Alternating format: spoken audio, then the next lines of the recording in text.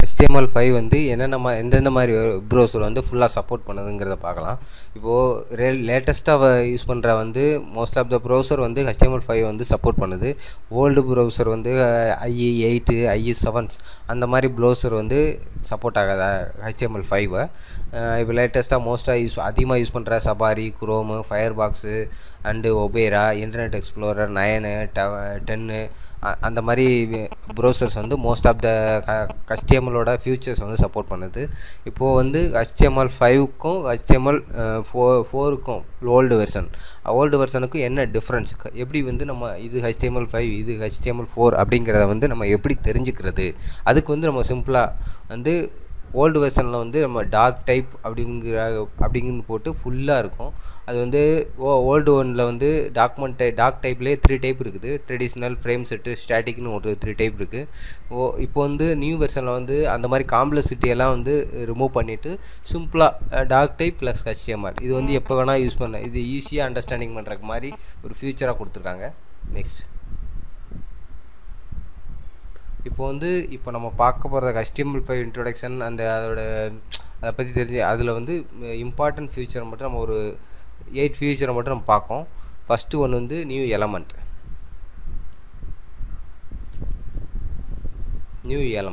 எலமெண்ட்னா ஆக்சுவலாக வந்து நம்ம மார்க்கப் டேக் வந்து என்னென்ன நியூ ஃபியூச்சராக நியூ டேக்ஸ் எல்லாம் விட்டுருக்காங்க, அது வந்து தான் நியூ எலமெண்ட் நம்ம சொல்கிறோம். இப்போ வந்து காமன் நார்மலாக யூஸ் பண்ணுறது. இப்போ ஆர்டிக்கிள்னு சொல்கிறாங்க. ஆர்டிக்கிள்னு ஒரு ஆர்டிக்கிள் டேக் வந்து நம்ம ஒரு பிளாக் எடுத்துட்டோம்னா அந்த பிளாக்கு உள்ளே யூஸ் பண்ணுறது. அதே அசைடுங்கிறது வந்து ஒரு 2 காலம் பிரித்தோம்னா அது லெஃப்ட் காலம் ரைட் காலம் அதுக்கு யூஸ் பண்ணிக்கலாம் அசைடுன்னு. இப்போது டீட்டெயில்னால் ஒரு இதை பற்றி, ஒரு அட்ரஸை பற்றி ஏதோ டீட்டெயில்ஸாக நம்ம எக்ஸ்பிளைன் பண்ணுறாங்க, அந்த டீட்டெயிலுங்கிற டேக் யூஸ் ஆகுது. அது ஃபிகருங்கிறது எதுக்கு யூஸ் ஆகுதுன்னா, இப்போ வந்து ஒரு ஃபிகர், இப்போ இதுக்கு முன்னாடி ஃபிகர் இமேஜஸ்ன்னு யூஸ் பண்ணுறோம். இமேஜஸை கொடுத்து SRC கொடுத்து ஒரு இமேஜை க்ரியேட் பண்ணுவோம். அதை வந்து ஃபிகருங்கிற ஒரு டேகுக்குள்ளே போட்டோம்னா வந்து அது வந்து ஒரு ஃபிகருங்கிறத வந்து நம்ம டேரெக்டாக மென்ஷன் பண்ணுவோம். வெளியே வந்து இதுக்கு முன்னாடி எல்லாம் டிவ் அந்த மாதிரிலாம் யூஸ் பண்ணோம்.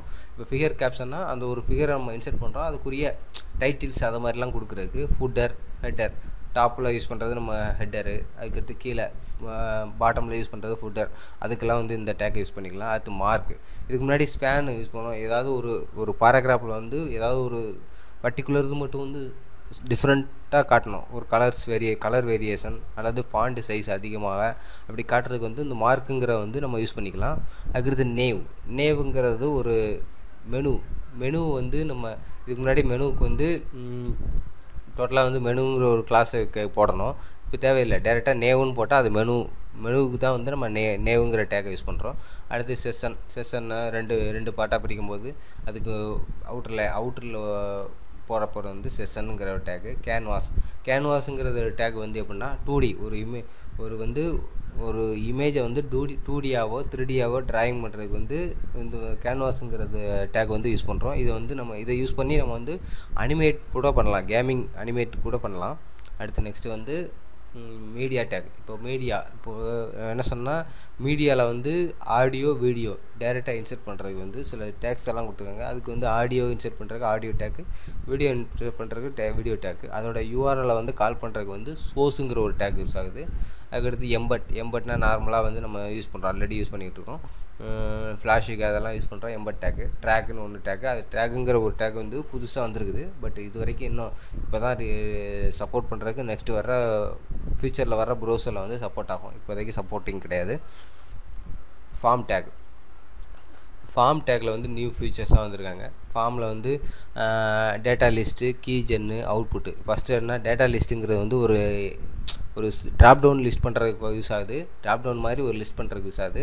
அதுக்கடுத்து கீஜென்னா செக்யூரிட்டி பர்பஸ்.